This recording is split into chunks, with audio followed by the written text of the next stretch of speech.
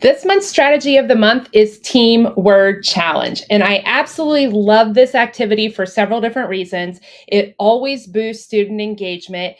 It practices academic vocabulary and it is low prep. And so the only supplies you need is every student will need a piece of paper, something to write with, and a pair of scissors. And so I would always just pass out one piece of paper to all of my students and they would fold it in half, fold it in half again, and fold it in half just one more time.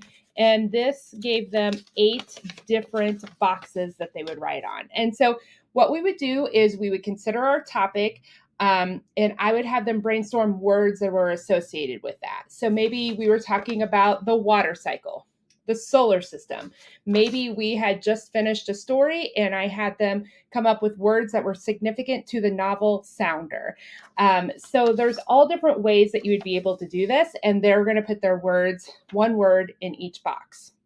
You could also do where you provide them about 15 words and they can choose which 8 they want to use. And with littles, you would probably be able to do this with picture cards that were already provided for them. So you could kind of skip this step. And so what they'll do is they'll write their words, one word or phrase per box, and they'll cut those out and they'll have a set of cards. And so you can see here, these are cards that I would use for a ratio unit and ratio and proportion. So you can see these would all be words related to that. Everybody has 8.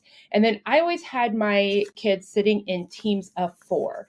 So now what everybody's going to do is they're going to pool their cards all together in the middle. They may choose to shuffle them all up. And so we should have everybody's cards sitting in the middle. Now, when my kids were sitting in teams of 4, they knew who their eyeball partner was. So, for example, person number 1 and 4 were directly facing each other. They were eyeball partners. Person 2 and 3, they were eyeball partners. And they also knew who their elbow partners were, the person sitting right next to them. So 1 and 2 are elbow partners, 3 and 4 were elbow partners.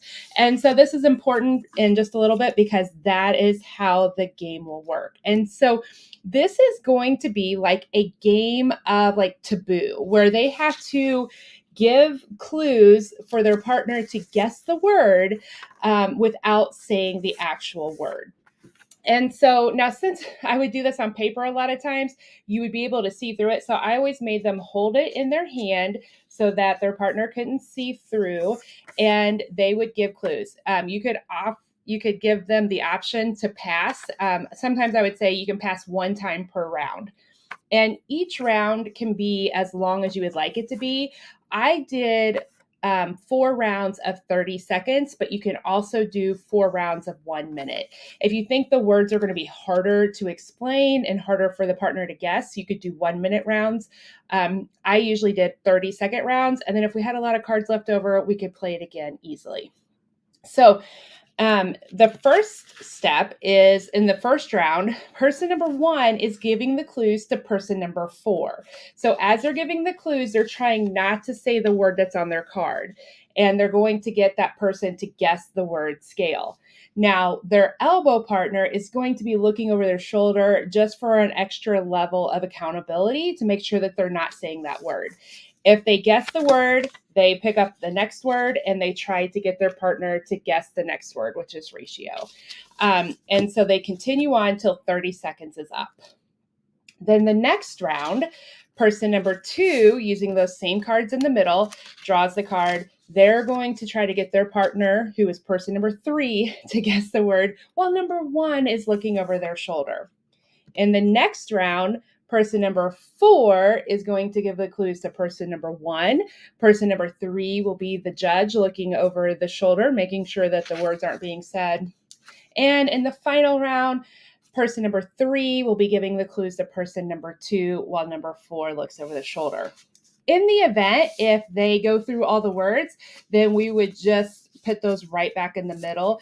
A lot of times they like to count to see who got how many words, but usually with just 30-second intervals, they don't get through all the words. But in the event that they do, you could just have them put those back in the middle, shuffle them up, and do it again. And so this is really great, like I said, to build that academic vocabulary. And it's a fun way for students to get engaged in that.